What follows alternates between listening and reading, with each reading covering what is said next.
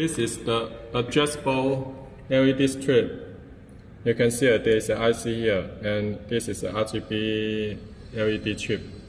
Here is the controller. This is off, on.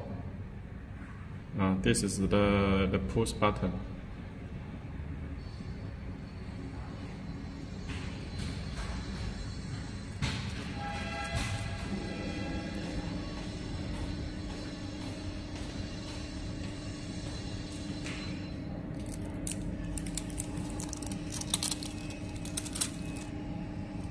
Here you can change the brightness.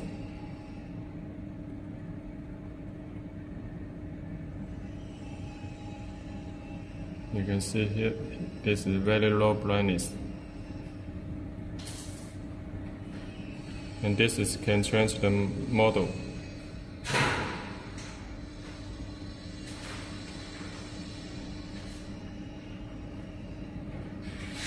Here can change the speed. Then will be changed quickly. That will be slowly, the change will be slowly. And here is to change the color. You can see.